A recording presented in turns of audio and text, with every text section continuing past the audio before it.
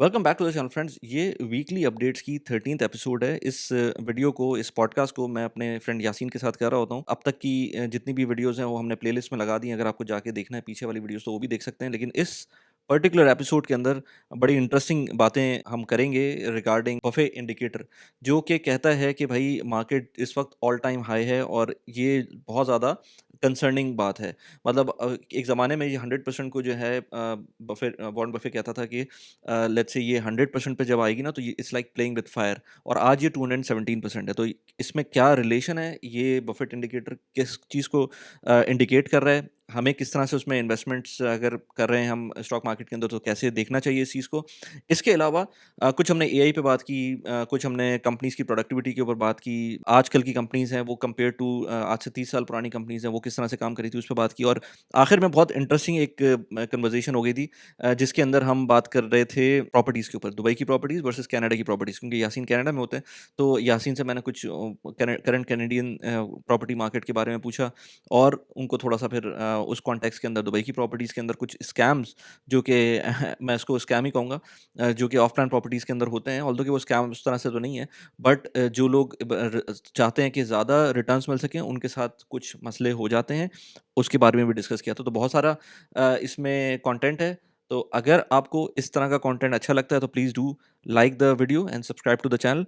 And without further do, let's begin. अस्सलाम वालेकुम यासीन, क्या हाल है? खैरियत से? ठीक-ठाक, बिल्कुल। तो वली हमने कुछ एपिसोड पहले वैल्यूएशन में बात की थी कि फॉरवर्ड लुकिंग पी जो है वो अभी भी अगर हम कंपैरेटिवली हिस्टोरिकली बात करते हैं तो वो काफ़ी हाई है। और जो आज न्यूज़ आई है बफे इंडिकेटर की और उसको अगर हम देखते हैं तो ऑफ कोर्स नंबर्स वाइज वो काफ़ी हाई लग रहा है और जो पिछली हमें जो क्राइसिस आई थी उसने बहुत एक्यूरेटली इसको जो है प्रिडिक्ट किया था कि अगर जब भी 100% से ऊपर जाता है बफे इंडिकेटर तो most likely market pull back करती है ठीक-ठाक। तो हम रिकॉर्डिंग से पहले बात कर रहे थे कि क्यों इस वक्त वो उस तरह से एप्लीकेबल नहीं है जिस तरह से पहले हुआ करता था, क्योंकि उसके कुछ फंडामेंटल रीज़न है। तो थोड़ा सा शेयर हुँ। करो लोगों के साथ कि तुम्हारी क्या अब तक इसमें रिसर्च है कि बफे इंडिकेटर क्यों 100% अप्लाई नहीं होता इस वक्त। हाँ यार यासीन, ये कुछ चीज़ें ऐसी हो रही होती हैं जैसे बात चल रही होती है उनकी, लेकिन लोगों को नहीं पता होता कि वो उनका बैकग्राउंड क्या है। इनफैक्ट हमको भी नहीं पता होता, बट क्योंकि उसके अंदर मल्टीपल चीज़ें होती हैं, मल्टीपल डेटा पॉइंट्स होते हैं जिसको जिसको अंडरस्टैंड करना बहुत इंपॉर्टेंट है। तो मैंने एक छोटा सा एक चार्ट देखा था जब तुमसे जब बात हो रही थी, तो उस वक्त हमने इस चीज़ को डिस्कस करते वक्त मैंने उसका चार्ट निकाला तो मुझे भी लगा कि यार ये तो वाकई बफेट इंडिकेटर तो जो है वो 217% पे चला गया है। जबकि 2000 के अंदर जब उसने ये एक फ्रेमवर्क इंट्रोड्यूस करवाया था, आई डोंट नो कि उससे पहले करवाया था, बट लेट्स से उस वक्त की जब बात हो रही थी तो उसने कहा था कि ये बड़ा you are playing with fire. अगर ये 100 से ऊपर जा रहा है और आप फिर उसके अंदर इन्वेस्ट कर रहे हैं तो you are playing with fire. और ये बात है 2000 की, और उसके बाद 140% के बाद वो दोबारा से नीचे चला गया था।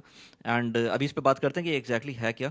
बट उसके बाद फिर हमने देखा कि ऊपर नीचे होता हुआ फिर ये अगेन कोविड के टाइम पर, कोविड के बाद जब वो रैली आई थी तो उसमें फिर ये दोबारा 200% को टच कर रहा था। फिर ये नीचे आकर जो पुल बैक हुआ था 2002 2003 के अंदर, फिर दोबारा से ये ऊपर 217% पे चला गया। तो बेसिकली बफेट इंडिकेटर है क्या? बेसिकली जो टॉप कंपनीज हैं, इसको विल्शर इंडेक्स भी कहते हैं, 5000 इंडेक्स, जो टॉप 5000 कंपनीज हैं यूएस की, उसकी जो वैल्यूएशन है, मार्केट कैप है उन कंपनीज का, उसको ऊपर रखते हैं divide by GNP, gross national product, जो यूएस की है। क्योंकि ये यूएस की स्टॉक मार्केट की बात हो रही है तो हम उसी की पर्सपेक्टिव से बात करेंगे। और अगेन हम बात इसलिए कर रहे हैं क्योंकि मैं भी एक्सपर्ट हूँ, तुम कनाडा में रहते हो, तो हम लोग अपनी ऑडियंस के हिसाब से उसको ज़्यादा कंसिडर कर रहे होते हैं, क्योंकि लोग बहुत सारे जो इन्वेस्ट कर रहे होते हैं पैसिव इनकम के लिए, वो या तो स्टॉक्स में इन्वेस्ट कर रहे होते हैं या फिर प्रॉपर्टीज़ में इन्वेस्ट कर रहे होते हैं। तो हमारा जो मेजर फोकस होता है वो यही दो मेजर पैसिव इनकम के पॉइंट ऑफ व्यू से यही दो एसेट क्लासेस होती हैं, apart from crypto and other things जो हम अभी बात कर सकते हैं उसकी भी। But this is for stocks. So basically 87% पर था प्री 2000, एंड देन नाउ अभी वो 217% पर है। तो टोटल कंपनीज का जो मार्केट कैप है डिवाइड बाय जो यूएस का जीडीपी है, जो भी आउटपुट आ रही है वहाँ से, उसके अंदर। सो ये over the period of time जो ट्रेंड देख रहे हैं हम, ये उसी चीज़ का ट्रेंड है। अब ये ऊपर क्यों जा रहा है, इसके बहुत सारे रीजंस हैं। एक तो मार्केट ऑफ कोर्स थोड़ी सी हाई है, वैल्यूएशन भी हमने देखी, लास्ट पॉडकास्ट में हमने बात की थी कि वैल्यूएशन भी हाई है, बट इससे ज़्यादा वैल्यूएशन भी हमने देखी है 2010 के अंदर, 9 और 8 के अंदर जो वैल्यूएशन थी वो इससे भी ज़्यादा हाई थी, बट स्टिल दे आर, ये अभी की सिचुएशन है। सो मैं जो इसको थोड़ा सा अंडरस्टैंड करने की कोशिश कर रहा था तो उसमें एक दो चीज़ें ऐसी हैं जो कि अब एग्जैक्टली मेरे ख्याल से उस तरह से रिफ्लेक्ट ये नहीं होता इंडिकेटर जिस तरह से आज से लेट्स से 25 साल पहले वॉरेन बफे ने बात की थी उसके बारे में।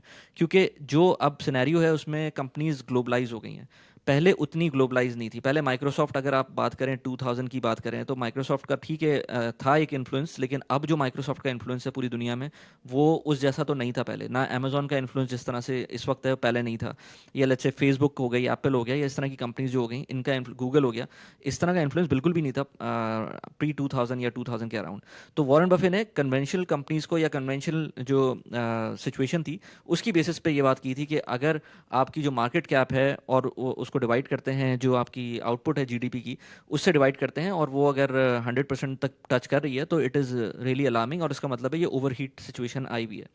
बट अब सिनेरियो इसलिए चेंज हो गया है क्योंकि अब जो कंपनीज हैं, ये जितनी भी मेजर कंपनीज हैं, और हम जब भी यूएस की बात करते हैं तो उसके अंदर जो स्टॉक मार्केट का इंडेक्स होता है वो ज़्यादातर जो टॉप 10 कंपनीज होती हैं, या टॉप लेट्स से 5 10 15 कंपनीज होती हैं, उनका कंसंट्रेशन ज़्यादा होती है कंपेयर टू जो बॉटम की कंपनीज होती हैं। तो अगर हम 5000 का भी इंडेक्स ले लें या 5000 कंपनीज को भी ले लें, तो उनका जो एक्सपोजर है पूरी दुनिया में वो ज़्यादा है, जिसकी वजह से उनका जो मार्केट कैप है वो बढ़ जाता है। यानी कि उनको पता है कि लेट्स से मैकडॉनल्ड की बात करें तो यूएस के अंदर तो जो स्टोर्स हैं उनके वो हैं, बट जो अब दुनिया में और जगहों पर स्टोर्स हैं वो कहीं ज़्यादा हैं कंपेयर टू आज से 2000 की बात करें। तो उनका जो रेवेन्यू आ रहा है बाहर से वो काफ़ी ज़्यादा बढ़ चुका है कंपेयर टू लाइक 25 साल पहले। इसकी वजह से जो आपका जो न्यूमरेटर का जो पोर्शन है, यानी कि जो टोटल मार्केट कैप है वो बढ़ गया है। इसी तरह से एप्पल को ले लें, माइक्रोसॉफ्ट को ले लें, सबके अंदर इसी तरह से एक इंक्रीमेंट आया है जो मार्केट कैप है उन कंपनीज का। But at the same time जो यूएस का जीडीपी है वो भी बढ़ा है अपनी जगह पर, लेकिन वो एक नॉमिनल रेट से बढ़ा है। अब यहाँ पर जो इस इंडिकेटर के अंदर बात हो रही है वो बात हो रही है कि आपका जो यूएस के अंदर जो जीडीपी बढ़ रहा है वो सिर्फ और सिर्फ यूएस की बात हो रही है, पूरी दुनिया की बात नहीं हो रही है, जबकि कंपनीज जो अपना एक्सपोजर ले रही हैं वो पूरी दुनिया से ले रही हैं। सो ये एक बहुत बड़ा एक फैक्टर है जो कि मेरे ख्याल से ये इंडिकेटर आज के ज़माने में उसको रिफ्लेक्ट नहीं कर पा रहा है, जिसकी वजह से आई थिंक ये irrelevant, I won't say irrelevant क्योंकि मैं कोई ऐसी चीज़ तो होनी कि मैं बफेट को बोल दूं कि आपका कोई इंडिकेटर इरेलीवेंट है। लोग कमेंट में जाके बता सकते हैं कि इफ़ आवर जो परसेप्शन है वो सही है कि नहीं है। बट ये एक पॉइंट है कि थोड़ा सा ये स्क्यूड हो जाता है इसका एक परसेप्शन। और दूसरा पॉइंट अपार्ट फ्रॉम दिस वो ये कि अब जो कंपनीज आ रही हैं वो अगर आप फॉरवर्ड लुकिंग पी देखें, जो कि हमने लास्ट टाइम भी बात की थी, वो बढ़ता जा रहा है। और उसका एक रीज़न ये है कि जो कंपनीज जिस तरह से काम कर रही हैं, बल्कि अगली स्लाइड में खोलता हूँ उसके अंदर ये भी हमने अभी कुछ देर पहले हम डिस्कस कर रहे थे कि किस तरह से आपकी कंपनीज जो हैं वो एफिशिएंट होती जा रही हैं, प्रोडक्टिव होती जा रही हैं। तो और ये आगे जाकर और होती रहेंगी। हम अभी ले की भी बात कर रहे थे कि अभी जैसे बल्कि मैं दिखाई देता हूँ एक्सेंचर के अंदर 11,000 जॉब लॉस हुई हैं बिकॉज ऑफ एआई। उनकी सीईओ ने भी बोला है कि जो रीस्किलिंग नहीं कर सकते अपने जो भी एम्प्लॉयज़ रीस्किलिंग नहीं कर रहे हैं, या उनकी जॉब प्रोफाइल ऐसी है कि उसका कोई फ़ायदा ही नहीं है और एआई उसको खा रही है, तो वो फिर we have to show them the door. तो ये इस तरह की बात की है उनकी सीईओ ने। बट अगर हम इसी कॉन्टेक्स्ट में बात करें बफेट इंडिकेटर के, तो यहाँ पर जो कंपनीज़ हैं वो बहुत तेज़ी से प्रोडक्टिव होती जा रही हैं। और आज से मैं एक स्टार्ट कहीं पढ़ रहा था कि 30 साल पहले अगर कोई कंपनी $1 मिलियन का रेवेन्यू कर रही है तो उसके एवरेज एम्प्लॉयज़ 8.7 के करीब थे।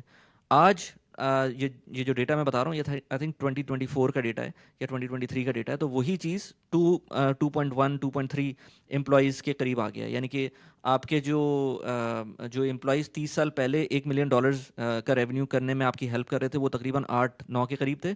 आज वही एम्प्लॉयज़ वही काम 2 से 3 एम्प्लॉयज़ कर सकते हैं अगर आपको वो रेवेन्यू क्रिएट करना है, और आगे जाके ये और इम्प्रूव होगा। तो जिस तरह से अब फॉरवर्ड लुकिंग चीज़ें चल रही हैं, या तो ये बबल हो और बर्स्ट हो प्रोडक्टिविटी का और एआई का, जो कि मुझे लग नहीं रहा कि कोई बहुत बड़ा कोई बर्स्ट आएगा इस तरह का, क्योंकि जो चीज़ें हैं वो नज़र आ रही हैं हमको। हमने अपनी लाइफ के अंदर हम चीज़ें देख रहे हैं। जैसे क्रिप्टो है ना, क्रिप्टो को मेरी लाइफ के अंदर अभी तक मुझ पे कोई उसने इम्पैक्ट नहीं डाला है, तो लेकिन एआई ने मेरी लाइफ के ऊपर इम्पैक्ट डाला है। मैं अपने कोलीग्स को देख रहा हूँ कि वो लोग बहुत ज़्यादा उसमें उसकी वजह से इम्पैक्ट हो रहे हैं। मैं अपने दोस्तों को देख रहा हूँ जो उसकी वजह से इम्पैक्ट हो रहे हैं। एआई को जो एम्ब्रेस नहीं कर रहा है वो इम्पैक्ट हो रहा है। क्रिप्टो में ऐसा नहीं है। सो क्रिप्टो को मैं शायद बबल कह सकता हूँ, बट एआई को मैं बबल नहीं कह सकता। एआई की वजह से वाकई इम्पैक्ट आ रहा है। हम अपनी डे टू डे चीज़ों के अंदर उसकी इम्प्रूवमेंट देख रहे हैं, चैट जीपीटी हो जाए या लेट्स से जेमिनाई हो जाए या कोई इमेज क्रिएशन का टूल हो जाए। तो ये सारी चीज़ें आगे इसी तरह से अगर बढ़ती रहीं, जो कि लोगों की एस्टिमेशन होती है, अगेन स्टॉक मार्केट जो है वो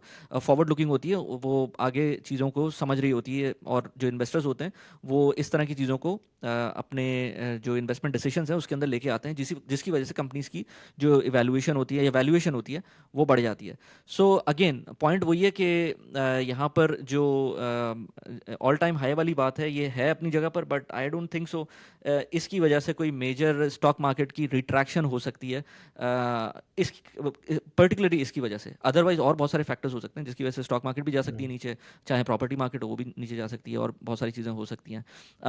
अगेन मैं इसकी बात अगेन करता हूँ, उसके बाद तुम्हारे पास आता हूँ एक और चीज़ कि आजकल के ज़माने में अपार्ट फ्रॉम द कंपनीज जिस तरह से काम कर रही हैं, मैं तो ऐसे लोगों से भी मिला हूँ अभी तक, और मैं खुद भी अपने आप जो मैं काम कर रहा हूँ पिछले 5 साल से डिजिटल के ऊपर, मैं ये देख रहा हूँ कि यार आप इवन $1 million साल के बनाना कोई एक सोलोप्रेन्योर के लिए इतना बड़ा मसला नहीं है। आप अगर सही एक लाइन पे चले जाते हैं, आप प्रॉपर अपनी डायरेक्शन ले लेते हैं, तो आपके लिए $1 million एज अ सोलोप्रेन्योर, शायद आपको 2-3 हेल्पर्स 4 हेल्पर्स चाहिए हो, उसके थ्रू आप जब एक ग्राउंड जब एक बंदा ये काम कर सकता है, तो कंपनीज के लिए तो कोई मसला ही नहीं है। जो एआई ड्रिवन कंपनीज हैं उनके लिए तो कोई मसला ही नहीं है। अब नेटफ्लिक्स को देख लो, यहाँ पर $2.4 million का रेवेन्यू है, और उनका एक एम्प्लॉई उसके ऊपर आता है, जबकि आईबीएम का इस वक्त $210,000 है। सो दिस शोज़ के जो नई कंपनीज हैं वो किस तरह से उन्होंने अडाप्ट किया है, पुरानी कंपनीज अभी भी वो पीछे चल रही हैं, उन्होंने उस तरह से अडाप्ट नहीं कर पाई हैं। सो इसलिए एआई और इन्वेस्टमेंट्स को बिल्कुल भी हम पीछे नहीं, बैक बर्नर पे नहीं डाल सकते। दोनों के ऊपर एक साथ काम करना पड़ेगा, अदरवाइज अगेन जैसे जॉब लॉसेस हो रही हैं, अभी एक्सेंचर में हुई है, कल कहीं हो जाएगी, तो ये तो चलता रहेगा। बिल्कुल। हाँ, मैं एग्री करता हूँ वाली, क्योंकि वैल्यूएशंस हमें हाई तो लग रही हैं पेपर के ऊपर, लेकिन ऑफ कोर्स उसके मुख्तलिफ डायनामिक्स हैं। और जिस तरह हमने बात की थी प्रोडक्टिविटी गेन की, तो प्रोडक्टिविटी तो ऑफ कोर्स पिछले समझ लें हम 20-25 साल से बढ़ती हुई जा रही है, क्योंकि जब से इंटरनेट का दौर आया, इंटरनेट ने प्रोडक्टिविटी को अनलीश किया। यानी कि जो काम आप पहले एक कमरे में बैठ के करते थे, अब वही काम आप पूरी दुनिया के साथ मिलकर कर सकते हैं, just because of the technology. तो इसी वजह हम्म। से एआई भी उस प्रोडक्टिविटी को मज़ीद इन्हेंस करेगी। तो जो गेंस आपको आएंगे इन टर्म्स ऑफ रेवेन्यू, वो काफ़ी कई ज़्यादा होंगे, कई मल्टीपल फोल्ड होंगे। लेकिन उसके साथ साथ जो है हम देखेंगे कि जॉब्स लॉसेस भी हो रहे हैं। तो जो जॉब्स लॉसेस हो रहे हैं, तो ऑफ कोर्स जो लोग उस पर इम्पैक्ट हो रहे हैं, अनएम्प्लॉयड हो रहे हैं, तो उनकी परचेजिंग पावर गिरेगी, तो उसकी वजह से जीडीपी उसके लिए श्रिंक होगा। फेड जो है वो इंटरेस्ट रेट गिरा देगा ना फिर। हाँ, लेकिन इससे होगा कि जीडीपी ओवरऑल जो है वो श्रिंक होगा ना। तो अगर हम हाँ। बफर इंडिकेटर को देखते हैं, तो ये इसका मतलब मज़ीद ये और ऊपर की तरफ जाएगा, क्योंकि अगर डिनोमिनेटर मज़ीद कम हो रहा है और हम्म। प्रोडक्टिविटी की वजह से अर्निंग्स ग्रोथ हो रही है, तो ये हम्म। इंडिकेटर मज़ीद और स्क्यू होने का हम्म। मुझे लगता है हम्म। चांस है, और हम देखेंगे कि ये मज़ीद ऊपर जाएगा। तो बिल्कुल ऐसे ही है। ये चीज़ अपनी जगह मौजूद है। अच्छा, हमने इस पे बात कर ली है, अब हम चलते हैं थोड़ा कि जो लास्ट वीक हमने पुल बैक देखा है मार्केट्स के अंदर। क्रिप्टो में तो काफ़ी ठीक ठाक आया है, लेकिन थोड़ी बहुत स्टॉक्स में भी मूवमेंट हुई थी, जो जैसे कि अमेज़ॉन का स्टॉक काफ़ी नीचे आ गया, और मैंने उसमें पोजीशन भी ली है, क्योंकि मुझे काफ़ी अट्रैक्टिव लग रहा है कंपेयर टू अदर मार्केट्स। और उसकी वजह मैं देख रहा था कि एक तो थोड़ी सी अनसर्टेनिटी मार्केट में, ये ट्रम्प ने दोबारा से नैरेटिव अपना चेंज किया है यूक्रेन के हवाले से, कि वो मज़ीद वेपन्स उनको देने की बात कर रहा है। और जो अभी यूएन के अंदर उसकी जो स्पीच हुई है, और उसके बाद से जो है थोड़ी सी अनसर्टेनिटी मार्केट में वापस आ गई है।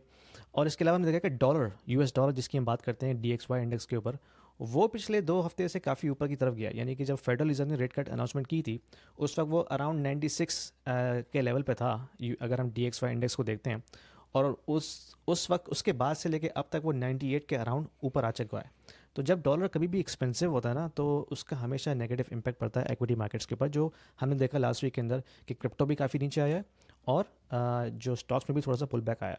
तो डॉलर हमेशा अपनी नज़र में रखें, क्योंकि डॉलर एक बहुत बड़ा एक एलिमेंट है किसी भी फाइनेंशियल सिस्टम के अंदर, कि जब कभी भी डॉलर स्ट्रांग होता है, वो ट्रबल क्रिएट करता है ग्लोबल इकॉनमी के अंदर, उसकी वजह से लिक्विडिटी थोड़ी सी स्क्वीज होती है, और उसी वजह से हम देखते हैं कि पुल बैक्स आते हैं मार्केट्स के अंदर। तो एक तो हाँ ये बिल्कुल वजह ऐसे थी। ही है। हाँ, हाँ हाँ हाँ, कैरी ऑन। इसके अलावा थोड़ा सा क्रिप्टो में एक और वजह ये भी है कि बहुत से लोगों ने जो है वो शॉर्ट सेलिंग की हुई थी क्रिप्टो के अंदर। तो वो शॉर्ट स्क्वीज उसको हम कहते हैं, कि जब वो ट्रेड कंप्लीट नहीं होती तो उसका एक रिवर्स इफेक्ट आता है, जिसकी वजह से बहुत ज़्यादा यानी कि सेलिंग हमने देखी है इथेरियम के अंदर, जिसकी वजह से ओवरऑल मार्केट इम्पैक्ट होती है। और जब कभी भी बिटकॉइन और इथेरियम में हैवी सेलिंग होती है तो उसका पूरा इम्पैक्ट मार्केट पे पड़ता है, क्योंकि वो एक कैस्केड इफेक्ट के तौर पे सामने आता है। तो हमने देखा कि जो दूसरे कॉइन्स हैं वहाँ पे भी ठीक ठाक पुल बैक आया, और उसका इम्पैक्ट इसी वजह से हुआ क्योंकि इथेरियम काफ़ी सेल ऑफ में चला गया, क्योंकि जो अपनी अपनी पीक पे गया था ना, कुछ हफ्ते पहले हमने देखा था कि 48,100 पे चले गया था, उसके बाद से वो गिर के वो आई थिंक लास्ट वीक हमने इसको 3800 पे भी देखा है। अब वो थोड़ा सा अभी ऊपर आ गया, 4000 पे, हाँ लेकिन 4000 इसका पे है। ऑफ कोर्स इम्पैक्ट पूरी मार्केट पे पड़ता है। Quick break from the video. इस चैनल के ऊपर हम बात करते हैं पर्सनल फाइनेंस की, प्रोडक्टिविटी की, रियल एस्टेट की, इमिग्रेशन की, रीलोकेशन की और बहुत सारी ऐसी चीज़ों की जो कि आपकी वेल्थ क्रिएशन, आपकी वेल्थ बिल्डिंग जर्नी को ऑगमेंट करती हैं। अब वेल्थ क्रिएशन के लिए, वेल्थ बिल्डिंग के लिए एक बहुत ही इंपॉर्टेंट एसेट क्लास है real estate. Real estate is not easy to acquire, क्योंकि बहुत एक्सपेंसिव होती है, हाई टिकट आइटम होता है। बहुत सारे लोग अपनी पूरी ज़िंदगी के अंदर सिर्फ और सिर्फ एक घर बना सकते हैं। यहाँ पर मैं देखता हूँ यूएई के अंदर, जहाँ पर हम लोग रह रहे हैं इस वक्त, यहाँ पर डेमोक्रेटाइज कर दिया गया है रियल एस्टेट को, और यहाँ पर आप बहुत डिफरेंट प्लेटफॉर्म्स के थ्रू रियल एस्टेट ले सकते हैं, जिसके अंदर स्मार्ट क्राउड हो गया, स्टेक हो गया, क्रिप्टो ब्लॉक हो गया, इस तरह के और बहुत सारे प्लेटफॉर्म्स हैं जिनके थ्रू आप 2000 दिरहम से भी अपनी रियल एस्टेट जर्नी स्टार्ट कर सकते हैं। स्टेक के थ्रू तो आप सऊदी की रियल एस्टेट के अंदर भी इन्वेस्ट कर सकते हैं, उसमें अपना एक पोर्शन ले सकते हैं, जिसके थ्रू आप इम्पैक्ट ले सकते हैं रेंटल रिटर्न्स का और प्रॉपर्टी प्राइस एप्रिसिएशन का। Do check that out, all the referral links are in the description of this video. There are risks involve, मैंने उन पर मल्टीपल वीडियोज़ बनाई हुई हैं, but to take some kind of exposure to Dubai's real estate, do check the links out. And now let's get back to the video. अच्छा, interestingly अभी मैं वही देख रहा था, क्योंकि आज से 3 हफ्ते पहले मैंने जो है ना एक फ़ीस पे की थी अपने बेटे की कैनेडियन यूनिवर्सिटी की, तो वो 2.7 के ऊपर मुझको दिरहम में मिल रहा था। अभी मैं देख रहा हूँ 2.6 के ऊपर है। तो वो मुझे भी अभी एकदम से, अब वही बात है, आपके एसेट्स आपको लग रहा है नीचे आए हैं in terms of stock market नीचे आई है, बट जिस तरह से ये ऊपर गए थे, जिस टाइम पर यूएस डॉलर नीचे आया था, उस टाइम पे आपको लग रहा था कि यार आपके स्टॉक्स की प्राइस बढ़ गई है, बट वो बढ़ी नहीं थी, बेसिकली डॉलर नीचे आ गया था। तो अभी डॉलर भी वही नीचे हुआ आ है, गया था। अभी वो हाँ, उल्टा हो गया, डॉलर ऊपर चला गया तो स्टॉक प्राइस थोड़ी सी नीचे आ गई। तो या this is correlating there as well. So there are multiple things, multiple data points होते हैं जो आपको देखने पड़ते हैं अगर आप एक्टिवली देख रहे हैं। एक्टिवली देखना आसान नहीं है वैसे। अब जैसे बिटकॉइन, मुझे नहीं पता कि एग्जैक्ट, ऑल्दो के स्टॉक मार्केट नीचे आई थी, बट बिटकॉइन और जो बाकी और क्रिप्टोज हैं वो ज़्यादा नीचे आए थे कंपेयर टू जो जो स्टॉक मार्केट है। अब मैंने हाँ। उसको तो नहीं देखा कि मुझे एग्जैक्टली क्या था उसके उसकी अंदर। वजह ये है कि बिटकॉइन जो है ना वो बहुत ज़्यादा सेंसिटिव है कंपेयर टू लिक्विडिटी पुलबैक्स। तो जब कभी भी लिक्विडिटी पुलबैक होती है तो उसका इम्पैक्ट स्टॉक पे तो कम पड़ता है, लेकिन बिटकॉइन पे बहुत ज़्यादा पड़ता है। और हम्म ये रिवर्स इफेक्ट भी होता है, अगर लिक्विडिटी आती भी है ना तो उसका जो इफेक्ट क्रिप्टो पे पड़ता है एज़ कम्पेयर टू स्टॉक्स, वो भी काफ़ी ज़्यादा होता है। तो ये हम्म बोथ वेज जाता है, यानी कि क्रिप्टो इंडस्ट्री जो है हम्म ना वो काफ़ी सेंसिटिव है लिक्विडिटी के हवाले से। तो जब कभी भी लिक्विडिटी आती है या पुल बैक होती है, उसका मल्टीपल फोल्ड हम इफेक्ट देखते हैं बिटकॉइन और क्रिप्टोज में compare to stock market. Stock market थोड़ी सी इस हवाले से स्टडी रहती है, लेकिन जो इम्पैक्ट बिटकॉइन या दूसरे ऑल्ट कॉइन से पड़ता है वो काफ़ी ज़्यादा होता है। अब हम जो है ना, मैं सोच रहा हूँ कि गोल्ड और सिल्वर के ऊपर भी बात करनी चाहिए, लेकिन अभी मैंने कोई डेटा पॉइंट्स उसके नहीं निकाले हुए, बट मैं सोच रहा हूँ नेक्स्ट वीक हमें गोल्ड और नेक्स्ट वीक सिल्वर हम पे कर करनी सकते हैं चाहिए इस पर। बात। हाँ। हाँ, क्योंकि those are important asset classes जो कि एक कन्वेंशनल एसेट क्लासेस हैं, और उसके अंदर रिटर्न्स मिले हैं बहुत अच्छे लोगों को। हम्म। बहुत सारे लोग कहते हैं भाई स्टॉक में खासतौर पे आपने कितना गोल्ड 10%। माइनर्स। हाँ, हाँ अगर आप हाँ, गोल्ड माइनर्स का ETF उठा के देखें, GDXJ इसका नाम है सिंबल का, वो ऑलमोस्ट 100% अप हो गया है एक साल के अंदर। एक साल के अंदर। हाँ, 100% अप। अगर आपने GDX में इन्वेस्टमेंट की होती तो you have easily double your money, यानी कि उसने हम्म तमाम चीज़ों को पीछे छोड़ दिया है। S&P 500 देखें 12% रिटर्न है, हम्म नैस्डैक देखें वो मेरे ख्याल में 17% रिटर्न है एक साल का, लेकिन हम्म GDXJ का जो ETF है उसने 100% रिटर्न दिया है एक साल के अंदर। That's hmm phenomenal. सही सही सही सही, ज़बरदस्त। अच्छा, मैं थोड़ा सा इसको अगर वो फ्लिप करूँ उस तरफ, अगर हम जाएं प्रॉपर्टी के ऊपर, क्योंकि ये भी एक बड़ा इम्पोर्टेंट और बड़ा ऐसा एसेट क्लास है जो लोगों को समझ में आता है। लाइक गोल्ड, स्टॉक्स बहुत सारे लोगों को नहीं समझ में आते, सो इसलिए वो नहीं भी करते उसके अंदर। जब भी मैं फिर अब मैं प्रॉपर्टीज़ की वीडियो जब बनाता हूँ अपनी, तो उसके अंदर बहुत सारी कैलकुलेशंस भी शो करता हूँ कि भाई आपका जो रिटर्न्स आ रहे हैं वो किस बेसिस पर आ रहे हैं। और एक एक दो चीज़ें मैं अभी बात करूँगा कि लोग उनको इग्नोर कर रहे हैं। दुबई में बहुत सारी इस वक्त इस तरह के पेमेंट प्लान्स आ रहे हैं, या लेट्स से जो ऑफ प्लान प्रॉपर्टीज़ के अंदर ऑफरिंग आ रही हैं, वो ऐसी आ रही हैं जो कि on the face of it तो सही लगता है, बट जब आप उसको डीप डाउन देखते हैं तो आपको पता चलता है कि यार इसमें तो बहुत दो नंबरी है। In not in terms of let's say developer कोई दो नंबरी वैसे कर रहा है, आपको कोई भाग जाएगा पैसे लेकर, लेकर, बट जो पेमेंट प्लान जिस तरह से वो फॉर्मेट करते हैं वो आपको लगता है कि सेम है। अगर आप बिल्कुल एक इनोसेंट पर्सन है, you will be saying okay यार ये तो मेरा फ़ायदा ही है, और मैं उसकी एग्जांपल दूंगा अभी। बट मैं उसमें पूछूंगा कि कनाडा में क्या सिचुएशन है अभी आजकल रियल एस्टेट की, both in terms of town houses, single family home और कॉन्डोज। बहुत ख़राब है। अच्छा। बहुत ज़्यादा ख़राब है, और ख़ास तौर पे जो प्री कंस्ट्रक्शन फेज़ है, जिसको हम ऑफ प्लान दुबई में कहते हैं, यहाँ पे इसको कहते हैं प्री कंस्ट्रक्शन। तो हम्म। वो मार्केट तो इस वक्त बहुत बुरी तरह इफेक्ट हुई हुई है, क्योंकि जिन लोगों ने आज से 3-4 साल पहले बुक किए थे प्रॉपर्टीज़, चाहे वो, और सबसे ज़्यादा इम्पैक्ट कॉन्डोज़ में आया, क्योंकि कॉन्डोज़ की जो सप्लाई है वो इतनी ज़्यादा हो चुकी है कि उनको ख़रीदने वाला कोई है नहीं। तो जिन लोगों ने बुक किए हुए थे, और वो उन्होंने बुक किए थे हाई प्राइस के ऊपर आज से 2-3-4 साल पहले, अब प्राइस हम्म। इतनी नीचे आ चुकी है कि वो अगर वो क्लोजिंग करने जा रहे हैं तो उनको ये लग रहा है कि यार मैंने बुकिंग की थी 5 लाख के ऊपर फॉर एग्जांपल, अब वो उसकी कीमत आ गई 3.5 लाख के ऊपर। तो इतना इम्पैक्ट आ चुका है। तो फिर लोग थर्टी सोच रहे हैं परसेंट कि यार डाउन। मैं इसको क्लोज़ करूँ नहीं करूँ, क्योंकि आप क्लोज़ हाँ। करेंगे तो ऑफकोर्स, अच्छा इसमें एक एक चीज़ और भी हो रही है कि जब आप क्लोज़ करने जाते हैं तो आप फिर उस टाइम पे मॉर्गेज अप्रूव करवाते हैं अपनी, ठीक है ना? हम्म। यानी कि जब बुकिंग करते हैं उस वक्त मॉर्गेज अप्रूव नहीं होती, लेकिन जब आप क्लोज़ करने हम्म। जाते हैं, ट्रांजेक्शन जब हैंड ओवर होता है, तब आप मॉर्गेज लेते हैं। और बैंक अक्सर ये कहता है कि भाई ठीक है, मॉर्गेज हम तुम्हें देंगे, लेकिन हम तुम्हें देंगे आज की वैल्यू के मुताबिक। करंट वैल्यू पर। सही है ना? हमें नहीं पता कि तुमने बुकिंग किस टाइम पे की थी, लेकिन सही। इस वक्त अगर प्रॉपर्टी की वैल्यू हम देखें, अगर अगर अप्रेजल कराते हैं, तो वो आता है तकरीबन लेट्स से 3.5 लाख के ऊपर, और तुमने बुकिंग की थी 5 लाख पे। तो वो हम्म। मॉर्गेज देंगे आपको 3.5 लाख के ऊपर, और कहेंगे कि भाई जो एक्स्ट्रा कैश तुमने लाना है वो तुमने खुद लेके आना है। तो इस तरह बहुत सारे लोग फंसे हुए हैं कि उनके पास कैश तो इतना नहीं, किसी के पास नहीं होता। तो वो अब क्या करें, या तो वो बैक ऑफ करते हैं, तो फिर लीगल चैलेंजेस आते हैं, बिल्डर जो इनको सू कर सकता है, जो भी उनका डिफरेंस पेमेंट में आ रहा है। फिर इसके अलावा दूसरे लीगल चैलेंजेस आ सकते हैं। तो उसकी वजह से एक बहुत मेजर क्राइसिस खासतौर पे कॉन्डो सेगमेंट में जो है ना, वो इस वक्त आया हुआ है जीटीए के अंदर, टोरंटो में। और ये इतनी आसानी से फिक्स होने वाला नहीं है। It will go on for at least I think 1 or 2 years before अच्छा थिंग विल अच्छा, start getting explain better. Explain me something. अब ये जो प्री कंस्ट्रक्शन हाउसेज हैं कनाडा में, अगर मैं उसको कंपेयर करूं दुबई में, तो मुझे एक बहुत बड़ा डिफरेंस नज़र आ रहा है इसके पूरे सिनेरियो के अंदर। दुबई में एक ज़माना था, आज से 2 साल पहले 3 साल पहले, बहुत अच्छे पेमेंट प्लान्स मिलते थे जो कि फ्लिपिंग के लिए बहुत अच्छे होते थे, कि आप 20% डाउन करें, 80% आप पोस्ट हैंड ओवर करें या ऑन हैंड ओवर करें, या जो भी हो उसमें मॉर्गेज कर लें। अब ऐसा कोई पेमेंट प्लान मिलता ही नहीं आपको। अब जो हम्म। आपको पेमेंट प्लान मिलता है ना, वो मिलता है 70-30 का, या 80-20 का, या कोई बहुत ही किसी ने मार दिया तीर तो जो है ना 65-35 का। यानी कि आपका 65% आपके पैसे लगने ही लगने हैं उसके अंदर, तब जाकर आपकी इक्विटी बिल्टअप होगी। और 35%, 30% तो फिर ज़्यादा अमाउंट रहती नहीं है ना आखिर में। वो तो हम्म। यानी कि डेवलपर भी सेफ हाँ, हो गया, सिस्टम भी सेफ हो गया, सब कुछ सेफ हो गया। जो कनाडा वाला सीन मुझे तुम बता रहे हो, मुझे लग रहा है कि उसके अंदर तो मेजर पोर्शन आप बाद में दे रहे हैं। एग्जैक्टली आप शुरू में सिर्फ जो है वो 20% डाउन पेमेंट करते हैं, मैक्सिमम 20%। और हम्म। वो भी जो होता है एकदम से नहीं होता, बातों का वो 6 मंथ्स में होता है या ओवर 9 मंथ्स में होता है। यानी कि आपने बुकिंग कराई, आपने लेट से 5% पे किया बुकिंग के टाइम पे, और फिर बिल्डर ने कहा ठीक है आप हमें जो बकिया 15% है ओवर द 6 मंथ्स आप हमें पे कर दें, हम्म। मल्टीपल चेक्स के अंदर। तो वो इस तरह से हम्म। होता है। और लेकिन मैक्सिमम 20% तक होता है, क्योंकि 20% जो रिक्वायर्ड अमाउंट है मोर्गेज की गाइडलाइंस के हवाले से वो आपको पे करना होता है। बाकी 80% एलटीवी आप बैंक से ले सकते हैं। LTV means loan to value. Value. जो भी वैल्यू है एसेट की, प्रॉपर्टी की, उसका 80% बैंक आपको ऑफर कर सकता है मैक्सिमम। फिर इसके अलावा कुछ दूसरे प्रोग्राम होते हैं, अगर आप फर्स्ट टाइम होम बायर हैं तो आप 20% से लेस भी डाउन पेमेंट कर सकते हैं, क्योंकि गवर्नमेंट फिर आपको सपोर्ट करती है उस हवाले से। लेकिन अगर आप फर्स्ट टाइम होम बायर हैं, लेकिन आप इन्वेस्टमेंट के तौर पे ले रहे हैं, आप इन्वेस्टर हैं, आपके पास ऑलरेडी एक प्रॉपर्टी है, तो यू मस्ट पे 20% मिनिमम, लेकिन बट उससे ज़्यादा नहीं होता। हाँ। एक चीज़ मुझे अगर समझाओ, लेट्स से एक प्रॉपर्टी थी 500,000 डॉलर्स की, और अब जो है उसकी प्राइस गिर गई, 20% गिर गई मैं लेट्स से मैं कहता हूँ 20% गिरी उसमें। सो अभी वो 4 लाख डॉलर्स की है। सो अब आपने 2 साल या 3 साल गुजार लिए हैं, property is ready now and ready to be handed over, लेकिन अब उसकी प्राइस हो गई 4 लाख डॉलर्स। हम्म। आप ऑलरेडी दे चुके हैं 1 लाख डॉलर्स। बैंक अप्रेज कराएगा उसको 4 लाख डॉलर्स के ऊपर, और आपको जो मॉर्गेज मिलेगा वो 4 लाख डॉलर्स पे मिलेगा, तो आपको अगेन ट्वेंटी एग्जैक्टली। परसेंट देना पड़ेगा।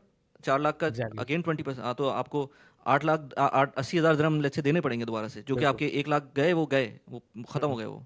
हाँ, हाँ, ख़त्म ओके। तो नहीं है, बेसिकली वो आपने जो प्राइस एग्री की थी उसमें चलेगा। ठीक है, अब हाँ, मतलब बिल्डर वो कह रहा है चले भाई गए वो। तुमने मुझसे 5 लाख में डील की थी, ठीक है, मोर्गेज तुम्हें हम्म। मिल रही है 4 लाख की। अब ये जो 1 लाख का गैप आ रहा है ना, ये तुम्हें खुद फिल हम्म। करना है। अब मुझे नहीं ओके। पता तुम कहाँ से लाओ, लेकिन हमें कोई कैश आइडिया लेके है आना कि है। कितने कितने लोग होंगे इस तरह के, या कितने बहुत ज़्यादा, यूनिट्स होंगे? अच्छा। बहुत ज़्यादा, हज़ारों की तादाद में बात हो रही है यहाँ पे। लोग अच्छा। जो इसमें अच्छा। फंसे हुए हैं। और इसकी वजह से इम्पैक्ट ओवरऑल क्या आ रहा है कि जो नए प्रोजेक्ट्स आने वाले थे वो अब रुक गए। हम्म बिल्डर्स अब ये देख रहे हैं कि यार इतना बड़ा क्राइसिस है कि अभी जो एग्जिस्टिंग इन्वेंट्री वही नहीं बिक रही, तो मैं नए प्रोजेक्ट्स हम्म क्यों स्टार्ट करूँ? तो यानी कि जो न्यू हम्म इन्वेंट्री अब अगले 3-4 साल में आएगी, वो अब नहीं आ रही। तो वो सप्लाई शॉक हमें नज़र आएगा अगले 3-4 साल के अंदर। अभी तो क्राइसिस है, लेकिन ओवर टाइम लेट्स से यार अगर तो कोई कोई ये कोई अगर किसी जुगाड़ का लेता पैसा है। हो तो खरीद खरीद नहीं सकता वो, मतलब वो उसके लिए अच्छा ऑप्शन है कि नहीं है? हाँ, अगर किसी पास कैश है ना, तो this is very interesting time to to buy, क्योंकि इस वक्त आपको जो डील मिलेगी ना वो बहुत अच्छी मिलेगी। लोग फंसे हुए हैं, हम्म डिस्ट्रेस डील्स हैं, और लोग अपना लॉस करने के लिए तैयार हैं, लेकिन कहते हैं कि हमसे हमारी जान छुड़ा दो उससे। यानी कि कुछ लोग ऐसे हम्म हैं जो कह रहे हैं कि यार मैंने 7 लाख की प्रॉपर्टी बिकी थी, अब ये 5 लाख की भी नहीं है, तो बस मुझे लिक्विडेट करना है अपने आप को, तो कोई मुझसे 5 लाख में ख़रीद ले। लोग तैयार हैं इस तरह की हम्म सिचुएशन, क्योंकि आपकी लीगल लाइबिलिटी है ना, आपने साइन किया हुआ पेपर वर्क, और अगर आप उसको क्लोज नहीं करते तो आप डिफ़ॉल्ट होते हैं। उस केस में हम्म फिर आप लीगल चैलेंजेस में जाते हैं, जिसमें आपकी पूरी क्रेडिट रैंकिंग हर चीज़ इम्पैक्ट होती है, आपका करियर इम्पैक्ट होता है, हर चीज़। तो लोग इस तरह से फंसे हुए हैं, वो चाह रहे हैं कि यार भले ही नुकसान हो जाए, but I want to get rid of this. तो अगर किसी के और पास यही कैश है, चीज़, तो उनके हाँ, पास अच्छी अपॉर्चुनिटी बाय करने की। कैश का मतलब ये है कि अगर किसी के पास लेट से $1 लाख भी हैं तो वो डाउन हाँ, करके अगर वो उसको मॉर्गेज कर उसको सकते हैं और मॉर्गेज कर इजीली डाउन सकते पेमेंट हैं। पे कर सकते हैं, तो that's a good good opportunity to buy. Very good यार। अगर लेट्स से ये नहीं होता ना embargo, Canadian immigrate I mean citizens को ही आप ले सकते हैं या पीआर होल्डर्स ले सकते हैं, फिर तो चाइनीज़ भी आ जाते हैं और हम जैसे लोग भी शायद कूद ये पड़ते चला है ना उसके बहुत अंदर। पहले, शुरू में बहुत चला है सर। लोग स्टूडेंट हाँ वीज़ा पे आके लोग प्रॉपर्टी बाय करते थे, स्टूडेंट वीज़ा पे। वो हाँ तो टेम्परेरी रेजिडेंट होते हैं। तो हाँ। अच्छा, स्टूडेंट वीज़े पे बाय नहीं कर सकते प्रॉपर्टी, वो टैक्स लगता है मेरे ख्याल से उसके ऊपर। अब जो है उन्होंने कर दिया, क्योंकि जो फॉरेन बायर टैक्स लगाए थे ना कुछ सालों पहले, उसमें पे स्टूडेंट शामिल नहीं थे। यानी कि स्टूडेंट जो है परमानेंट रेजिडेंट नहीं है। फॉरेन बायर हम्म का मतलब है कि कोई भी ऐसा बंदा जो कि परमानेंट रेजिडेंट ना हो और नेशनल ना हो, इसके अलावा जितने दूसरे लोग भी हैं उन सब पे वो अप्लाई होता है। तो बेसिकली बैन नहीं था वो उन्होंने क्या कर दिया, हाँ उन्होंने टैक्स इंक्रीज कर दिया था फॉरेन बायर्स के ऊपर। यानी कि अगर आप फॉरेन बायर हैं, तो आपको मेरे ख्याल में 20 या 25% टैक्स देना पड़ेगा गवर्नमेंट को, in order to purchase this hmm. Property. तो लेट से अगर अच्छा। प्रॉपर्टी 5 लाख की है, तो आपको 25% उस पर सिर्फ टैक्स देना है गवर्नमेंट को, एज अ हाँ फॉरेन बायर। बिल्कुल। आई थिंक यूके में 15% था वो, तो ये अच्छी खासी वैल्यू है ना, मतलब ये कोई छोटी मोटी अमाउंट तो है नहीं। बहुत ज़्यादा। तो इट डजंट तो मेक फिर सेंस कि ऐसा आप होता है कि फिर अगर आप let's say on the path of permanent residence हैं, तो जब आपकी पीआर हो जाती है, तो आप उसको क्लेम कर सकते हैं बाद में। अच्छा, गवर्नमेंट ने क्लेम कर आपको सकते हैं ये उसको। लीवर दिया हुआ है, हाँ। हाँ, लेकिन वो फिर वो रेट्रोफिट मतलब वो ये तो नहीं होगा ना कि 15% दिया है और आप 5 साल बाद इमिग्रेंट हो रहे हैं तो वो तो आपको 15% पुरानी वैल्यू पे ही मिलेगा, उसका कोई आपको बिल्कुल। एक्यूरिंग इंटरेस्ट तो नहीं मिलेगा। ये शायद ऐसा मेरे ख्याल में नहीं है, जो भी अमाउंट आपने पे किया है वो आप फिर क्लेम कर वो लेते हैं। मिल जाएगी, वो सिर्फ हाँ, क्लेम कर सकते हैं आप। हाँ एग्जैक्टली। ठीक है। उसका भी एक खास टाइम पीरियड होता है, यानी कैसे नहीं कि आप 10 साल के बाद क्लेम कर रहे हैं। लेकिन ओके लेट्स से अगर ओके। आप विद इन 5 ईयर्स आपकी पीआर हो चुकी है, और उसके बाद हम्म फिर आप क्लेम करते हो, तो आपको मिल जाते हैं। मेरे एक दोस्त हैं, हम्म। उनके साथ हुआ था, तो उन्होंने ऐसी तरह क्लेम किया था। Right right right, understand. अच्छा, ये तो हो गया लेट्स से कॉन्डोज। अगर हम टाउन हाउसेस की बात करें या सिंगल फैमिली होम जैसे कहते हैं वहाँ हाँ, पर। जो सिंगल फैमिली होम्स हैं उनमें डिपेंड करता है कि वो एरिया कैसा है। अगर एरिया हम्म हॉट एरिया है, जीटीए का एरिया है, तो वहाँ अभी भी काफ़ी डिमांड है। यानी कि मिस्सागा अगर अगर आप जाते हैं, या मिल्टन में, उन एरियाज़ में अभी भी काफ़ी डिमांड है। अच्छी प्रॉपर्टी, अच्छी लोकेशन है, it is still can be sold very easily. लेकिन जो जीटीए से बाहर के एरियाज़ हैं, जो पेंडेमिक में बहुत हॉट हो गए थे, यानी कि पेंडेमिक जब आया था ना, लोग जीटीए छोड़ छोड़ के दूर चले गए थे, तो हम्म वहाँ पे आग लग गई थी उन एरियाज़ में। वो अब खुश हो गए हैं, उनमें हम्म डिमांड नहीं है बिल्कुल भी। लेकिन जो हम्म। जीटीए के अच्छे एरियाज़ हैं, अच्छी लोकेशन हैं, जहाँ पे स्कूल अच्छे हैं, नेबरहुड्स अच्छी हैं, वो अभी भी हॉट डिमांड में है। अच्छा सही। और लेकिन उनका पुल बैक बिल्कुल भी नहीं आया या थोड़ा बहुत उसमें भी थोड़ा सा नीचे? आया है, थोड़ा सा आया है, अच्छा। लेकिन कंपैरेटिवली कम है दूसरी प्रॉपर्टी क्लासेस से, जहाँ पे ठीक ठाक। हम्म। यानी कि ऑन एवरेज अगर हम कनाडा की बात करते हैं, तो 15% पुल बैक आ चुका है पीक से, ऑन एवरेज। यार इसमें तो कोई अगर ईटीएफ निकाल दे ना कोई कॉन्डोज का, तो वो तो फिर बाइंग अपॉर्चुनिटी बन जाएगी, हम तो उसी तरह से ले सकते हैं वरना तो नहीं कुछ ले होंगे सकते। मेरे ख्याल में, देखना पड़ेगा। जो रीट्स होते हैं, हो सकता है हाँ कुछ उस तरह के होंगे कनाडा में, हाँ, जो अगर हो ना रेजिडेंशियल तो प्रॉपर्टीज में बाय उसमें करते कुछ होंगे सर्च करके कॉन्डोज बताना, के अंदर। नेक्स्ट टाइम हम उसको उसको डिस्कस कर सकते हैं। क्योंकि वो रीट्स तो यहाँ पर भी बहुत है ना, मतलब आप हाँ, सिंपल गोयाल के। अगर आपको प्रॉपर्टी का एक्सपोजर लेना है, आप एमआर का स्टॉक ले सकते हैं। तो कोई भी बंदा जो है ना यूएई के अंदर प्रॉपर्टी के अंदर ले सकता है। फिर यहाँ पर तो वो भी है जो क्राउड फंडेड प्रॉपर्टीज भी आ गई हैं, और मेरे ख्याल से वहाँ स्टेक और कनाडा में हाँ। शायद ना हो क्राउड फंडेड प्रॉपर्टीज, क्योंकि वो अगर वो इस तरह से हो जाएगा तो पूरी दुनिया खरीदना शुरू कर देगी और वो हम्म, कॉम्प्लिकेटेड चीज़ें हो जाएंगी। फिर वो दुबई जैसा सिनेरियो तो बनेगा नहीं वहाँ पर। वहाँ के तो रेजिडेंट्स को भी उनको सेफ गार्ड करना है। बिल्कुल। तो वो पॉलिटिक्स अच्छा। बन जाता है ना फिर यहाँ पे। सही। तो यहाँ पर भी दुबई में भी जो है वो अगेन फिच की भी आई थी रिपोर्ट, और भी कंपनीज़ की थी जो रेटिंग एजेंसीज थी या कंसल्टेंट से, उन्होंने निकाला हुआ था कि सेकंड हाफ के अंदर पुल बैक आएगा दुबई की प्रॉपर्टीज़ में 15% का, या अगले साल आएगा, आई डोंट नो। मुझे इस तरह इसलिए लग नहीं रहा क्योंकि जो ऑन ग्राउंड सिचुएशन है वो उस तरह की है नहीं। मैं तो जहाँ पर, बल्कि वो लोग, मैं अभी बात कर रहा था तो वो यही कह रहे थे, भाई हम तो वेट करें 15% पुल बैक का ताकि हम खरीद सकें। वो देखता रहता है बंदा, वो आ ही नहीं रहा है उसके अंदर कोई इस तरह का पुल बैक, तो क्या कर सकते हैं। हम्म। क्योंकि एक तो ये कि अगर अभी भी मेजर सिटी से कंपेयर करें तो दुबई की प्रॉपर्टीज़ अभी भी सस्ती हैं, अगर पर स्क्वायर फीट बेसिस के ऊपर बात करें तो अभी भी सस्ती हैं। तो प्लस ये कि जो मैं देख रहा हूँ जिस तरह से लोगों को यहाँ आते हुए, और जो जो रीजंस की वजह से आ रहे हैं और पैसे वाले लोग आ रहे हैं, तो वो रीजंस जो हाँ हैं वो और जगहों पर नहीं है। टैक्स का एडवांटेजेस जो हैं, और आपको सेफ्टी एंड सिक्योरिटी का जो सिनेरियो है, हम्म। जितने लोग यहाँ पर आ रहे हैं, मैंने तो ऐसी ऐसी प्रॉपर्टीज़ देखी हैं जो कि 2022 से लेकर अब तक डबल हो गई हैं, जबकि उन्होंने, लोगों ने सिर्फ और सिर्फ उसके अंदर 15-20% पे किया है, जस्ट बिकॉज वो ऑफ प्लान प्रॉपर्टीज़ थी, और वो डबल हो गई हैं। वो अब हैंड फिर ओवर वो के टाइम पर रेजिडेंसी का उन्होंने, इशू भी सॉल्व हो गया ना, अब तो लोगों के पास हाँ, लॉन्ग टर्म रेजिडेंसी के ऑप्शन हैं, पहले नहीं होते थे। तो एग्जैक्टली ये एक एग्जैक्टली, एलिमेंट है बहुत बड़ा जो आप हिस्ट्री से कंपेयर नहीं कर सकते।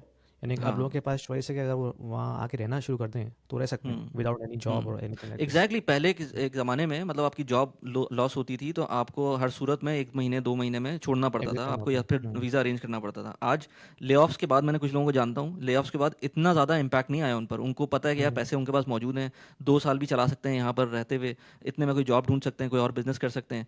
तो उनको वो पैनिक नहीं है कि आपको अपनी जगह छोड़नी है यहाँ पर।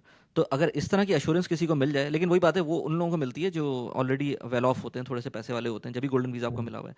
सो यस, ये चीज़ें हैं मेरे ख्याल से, वो इसकी वजह से ये चीज़ें, और प्लस ये कि इकोनॉमी बूम कर रही है, और अभी जैसे हमने बात की थी लास्ट टाइम, जो अभी इंटरेस्ट रेट्स कम होना शुरू होंगे, तो अगेन वो एक प्रॉपर्टी को अगेन एक और पुश मिल जाएगा जिसकी ज़रूरत नहीं है, तो वो एक और पुश मिलना शुरू हो जाएगा वहाँ पर। Hmm. I don't know, I mean it's here, it's completely a different story. मैं जो बात कर रहा था कि कुछ लोगों को जो समझना चाहिए यहाँ पर इन्वेस्ट करने से पहले, कि यहाँ पर अब जो पेमेंट प्लान्स आ रहे हैं खासतौर पर ऑफ प्लान प्रॉपर्टीज़ की, जो रेडी प्रॉपर्टीज़ हैं वो तो आप अपने हिसाब से देख सकते हैं, आपके सामने अपार्टमेंट है, आपके सामने घर है, आप उसको अपने हिसाब से जो भी आपको चाहे कैश पे बाय करना है, मॉर्गेज करना है, जो भी करना है, वो आपके पास इन्फॉर्मेशन सारी है, आप उसकी बेसिस पे कर सकते हैं। बट जो ऑफ प्लान प्रॉपर्टीज़ होती हैं उसमें बहुत सारी कुछ चीज़ें ऐसी हैं जो कि ग्रे एरियाज में आती हैं। एक एक एग्जांपल मैं देता हूँ, अभी रिसेंटली मैं प्रॉपर्टीज़ की वीडियो करता हूँ, तो एक मुझे पेमेंट प्लान दिखाया एक बंदे ने कि यार इस पर वीडियो करनी चाहिए। मैंने कहा पेमेंट प्लान तो अच्छा लग रहा है, और हमने उसके ऊपर एक वीडियो की थी, और मैं अभी डेवलपर के नाम इसलिए नहीं ले रहा कि वो सही नहीं होता इस तरह से बात करना। अगर कोई मुझे प्राइवेटली पूछेगा तो मैं बता दूंगा। बट इस तरह की प्रॉपर्टीज़ हमने 3 साल पहले की थी, जिसके अंदर गारंटीड रेंटल रिटर्न मिल रहा होता है। लेट्स से आपने एक प्रॉपर्टी ली, आपने अपफ्रंट सारे पैसे पे किए, जबकि प्रॉपर्टी बनी नहीं है अभी, आपने अपफ्रंट सारे पैसे पे किए, डेवलपर के साथ आपका एक एग्रीमेंट होता है जिसके अंदर वो आपको कहता है हम हर महीने आपको हर साल आपको 8% रिटर्न देंगे ऑन मंथली बेसिस या क्वार्टरली बेसिस। तो आपको 8% का रिटर्न मिल रहा है। आपने लेट्स से 1 मिलियन की कोई प्रॉपर्टी ली, या फिर मैं एक एग्जैक्ट सिनेरियो बताता हूँ। 8,25,000 का एक स्टूडियो है जिस पे आपने दुबई लैंड डिपार्टमेंट की फ़ीस पे करनी है, तो वो लेट्स से हो जाएगा 8,60,000 से थोड़ा सा कम। और उसके बाद आपको हर महीने हर क्वार्टरली 16,500 दिरहम मिलते रहेंगे फॉर द नेक्स्ट 3 ईयर्स। अक्टूबर 28 के अंदर उसकी पेमेंट ख़त्म हो जाएगी। यही एग्जैक्ट डेवलपर इसने 3 साल पहले इसी तरह से प्रॉपर्टी सेल की थी, और वो अब कुछ दिनों में हैंड ओवर होने वाली हैं। और उसके हम्म। अंदर जो रिटर्न आ रहा था, अगर आप टाइम वैल्यू ऑफ मनी को कंसिडर करते हुए, उन्होंने जो 8% रिटर्न दिया और आपको हैंड ओवर हुई प्रॉपर्टी, और उसके बाद प्रॉपर्टी प्राइस थोड़ी सी अप्रिशिएट की, वो सब कुछ कंसिडर करते हुए आप देखें तो एनुअलाइज बेसिस के ऊपर आपका जो रिटर्न ऑफ इक्विटी थी वो तकरीबन 9%, 9.2% के करीब बन रही थी। अच्छा, अब एग्जैक्टली वही लेकर आए दोबारा से, और प्राइस प्रिडिक्शन भी इतनी बुरी नहीं है, वो भी सही है। यानी कि वो जो कह रहे हैं कि 8,25,000 का एक अपार्टमेंट है वो 9 लाख का हो जाएगा आज से 3 साल बाद नहीं, आज से 4 साल बाद। क्योंकि 3 साल तक आपको पैसे देते रहेंगे 8% से, लेकिन हैंड ओवर उसका 1 साल फर्दर बाद होगा। यानी कि हैंड ओवर हम्म। 4 साल बाद होगा, आपके पैसे 3 साल में बंद हो जाएंगे। ये एक डिफरेंस है जो कि पहले नहीं था। पहले उन्होंने कहा था कि 3 साल बाद आपको पैसे जब खत्म होंगे तो फॉरन हैंड ओवर भी हो जाएगा, और वो हो भी जाएगा या हो गया होगा मेरे ख्याल से वो अब तक। बट इस दफ़ा वो ट्विस्ट ये है कि वो 1 साल फर्दर डिले करेंगे, और इसकी वजह से जो आपका जो टोटल आरओआई है, वो वो कम आपकी हो जो गया। एनुअलाइज रिटर्न है वो 7.1% पे चली गई है। हम्म। तो अगर 7.1% ठीक लगता है तो इट्स वेल एंड गुड। लेकिन अगर आपको आप 9% के हिसाब से सोच रहे हैं, या जो डेवलपर है वो ये कह रहा है कि भाई आपने तो 8,25,000 की चीज़ आपको हमने वापस कर दी है तकरीबन 2 लाख दिरहम, सही है ना? तो आपको तो वो 6,25,000 दिरहम की रह गई है, तो आप तो अपना हम्म, रिटर्न 6,25,000 पे निकालें। बट आपको वो नहीं बता रहा कि आपने तो अपफ्रंट पैसे पे किए थे, तो आपने जो जितना भी रिटर्न आना था, टाइम वैल्यू ऑफ मनी, वो तो खत्म हो चुका है, एग्जैक्टली। आपने उसको उसको सामने लेकर ही नहीं आए। सो दिस इज बिल्कुल। How people are playing here, तो वो इसको बहुत कहते हैं ज़्यादा कि इंपॉर्टेंट है। फाइनेंशियल इंजीनियरिंग, कि आपने जो है हाँ, ना हाँ, पैसे को घुमा फिरा के जो है ना आपको हाँ। दिखा दिया। और ये डेवलपर कौन अच्छा डेवलपर है या मीडियोकर टाइप का नहीं मतलब डेवलपर है? टियर वन नहीं, of course tier hmm, one नहीं करता इस तरह का। एग्जैक्टली, टियर उनको नहीं जरूरत नहीं थी ना। करने को तो खैर कर भी सकता है, टियर वन भी कर हाँ, सकता है, बट इस उनको तरह का जरूरत नहीं पेमेंट है। प्लान कोई हाँ, उनको जरूरत नहीं है। टियर वन के डेवलपर्स आपको गारंटीड रेंटल की बात करेंगे नहीं, ये गारंटीड नहीं, रेंटल वो करेंगे जिनको कैश फ्लो का मसला होगा, जब भी वो एग्जैक्टली। इस तरह की अपॉर्चुनिटीज आपको बेसिकली ये दिखा रहे एक तरह होते से कैपिटल रेज करने का एक तरीका है हैं। हाँ, कि हाँ, बजाज करके एग्जैक्टली। जाके वो बोरोइंग करें, हम्म, पब्लिक से जाके बोरिंग करें या बैंक से बोरिंग करें। और वो इस तरह से बोरिंग कर रहे हैं, यानी कि वो अपफ्रंट हम्म, आपसे कैश ले रहे हैं, उस कैश को कहीं इन्वेस्ट कर देंगे, चाहे वो इक्विटी हम्म, मार्केट में करें या बॉन्ड्स में करें या कहीं पे करें, वहाँ से उनको रिटर्न आएगा। उस रिटर्न से वो आपको पे कर रहे हैं, वो अपनी जेब से हम्म, पे नहीं कर रहे हैं, वो आपको पैसे से पैसा बना के आपको पे कर रहे हैं। और बेसिकली हम्म, फाइनेंशियल इंजीनियरिंग है, ताकि वो घुमा फिरा के जो है ना अपने अकाउंट्स को वो कैश फ्लो जनरेट करें। और उससे एक तो उनकी सेल भी हो रही है, ठीक है, ऑटोमेटिक मार्केटिंग हो रही है, प्लस वो हम्म, आपको जो है वो एक तरह का रेंटल इनकम पहले से दे रहे हैं, जबकि प्रॉपर्टी आपको हम्म। मिली भी नहीं है। और ये बड़ा अट्रैक्टिव लगता है ना लोगों को कि यार आपको एट बिल्कुल, ये परसेंट तो रिटर्न एक मिल ही आम रहा आदमी है। के लिए बहुत अच्छी ऑफर है। हाँ, मतलब अगर उसको समझना है ये बात, ये कैलकुलेशन में ना हाँ, डीप डाउन जाए, तो उसको तो यही होगा कि हाँ यार 2 लाख दिरहम तो मुझे मिल ही गए हैं इसके, और अब तो सिर्फ 6,25,000 दिरहम है, उसकी वो प्रॉपर्टी मिल जाएगी, वो 9 लाख की हो जाएगी, तो मुझे तो हाँ, एकदम से बड़े अच्छे रिटर्न नज़र आना शुरू हो जाएंगे। बट उसको लॉन्ग स्कीम ऑफ थिंग्स के अंदर लोग नहीं समझते, तो वो बहुत बिल्कुल। इंपॉर्टेंट है इन चीज़ों को हम्म। समझना। फिर अगर डेवलपर अच्छा नहीं है ना, तो इसमें रिस्क भी हो सकता है ना, कि डेवलपर हो सकता रिस्क है भी हो भाग सकता जाए, है। बस्ट हो जाए, hmm, then your your hmm, capital is gone. बिल्कुल, बिल्कुल। तो ये भी अब तो मुझे आप नहीं रिस्क ले पता रहे कि हैं ना। इसमें एस्क्रो का क्या स्टेटस है, क्योंकि एस्क्रो बहुत इंपॉर्टेंट होता है, वैसे तो एसपीए के हम्म, अंदर लिखा होगा, लेकिन मुझे इसका एग्जैक्टली नहीं पता। जब मैं अगर वो करता हम्म, वो वीडियो, तो मैं ज़रूर एस्क्रो की बात करता, लेकिन मेरे ख्याल से एस्क्रो नहीं होगा, क्योंकि एस्क्रो बहुत हाँ। इंपॉर्टेंट है। एस्क्रो जो है ना आपका, वो एस्ट्रो मेक में तो श्योर करता आपने है। पैसे डाल दिए, फिर आप उसको यूज़ नहीं कर सकते, यानी कि बिल्डर उसको यूज़ नहीं कर सकता ना। हाँ, जब तक कि वो माइलस्टोन कंप्लीट नहीं होता है। एग्जैक्टली। माइलस्टोन कंप्लीट तो करता है तो फिर इसका वो मतलब होता है। एस्ट्रो में नहीं डाल रहे होंगे, एस्ट्रो में नहीं डाला, that means they are not following those regulations. Hmm, तो अगर हम्म, बिल्डर बस्ट हो जाता है, बैंकरप्ट हो जाता है, then you are not protected from those exactly, regulations. Exactly. तो ये सारी तो ये चीज़ें एक जो है बहुत ना, बड़ा रिस्क है। इसी तरह से कुछ डेवलपर्स कहते हैं कि यार आपको एक दफ़ा पूरा एग्रीमेंट हो गया, सब कुछ हो गया, पेमेंट प्लान भी डिसाइड हो गया। अब वो कहते हैं कि आप अगर जो है हमको ये पैसे हमारे कॉर्पोरेट अकाउंट में पैसे डाल देंगे, तो हम आपको 5% का डिस्काउंट देंगे। इवन 5% का डिस्काउंट बड़ी बड़ी अमाउंट होती है, 5% का डिस्काउंट। वो हम्म, कहते हैं एस्क्रो में न डालें, इसमें डाल दें। बट दुबई लैंड डिपार्टमेंट की तरफ से फीस भी, ये ईमेल्स भी आती हैं कि जो भी आपको अब एस्क्रो अलॉट हो गया ना, तो सारे पैसे इसी में डालने हैं आपको, आप हम्म, डेवलपर को नहीं दें। और जब आप डालेंगे, डेवलपर को देंगे, तो फिर उसके अंदर जाहिर सी बात है आप एक्सपोज हाँ, होंगे then you are on your own. Risk. फिर हाँ, अगर कुछ होता है तो आपको गवर्नमेंट प्रोटेक्ट नहीं करेगी, कंज्यूमर एग्जैक्टली, को। क्योंकि गलती आपकी है। बिल्कुल। सही। तो चलो यार, कुछ और रह गया हमारा इस सेशन के लिए? मेरे ख्याल में यही था हमारा टॉपिक आज का, और काफ़ी अच्छा डाइवर्स टॉपिक था हमारे पास। तो हो सकता है जो देखने वाले को एक अच्छी वैल्यू मिली होगी इससे। तो प्लीज़ अपने कमेंट्स, अपना फीडबैक हमें दीजिए कमेंट्स में डाल के। और अगर पसंद आई वीडियो, शेयर कीजिए, लाइक कीजिए, सब्सक्राइब जरूर कीजिएगा चैनल को। और कोई नया आइडिया आपके जहन में है जिसको हम चाहें तो हम इसको डिस्कस करते थे नेक्स्ट वीक, तो प्लीज़ वो भी बताइए। We will more than happy to hear you. ठीक है भाई, थैंक यू चलो वेरी यार, much. Thank you very much, thank you, thank you. Okay, okay, अल्लाह हाफिज़। हाफ़िज़।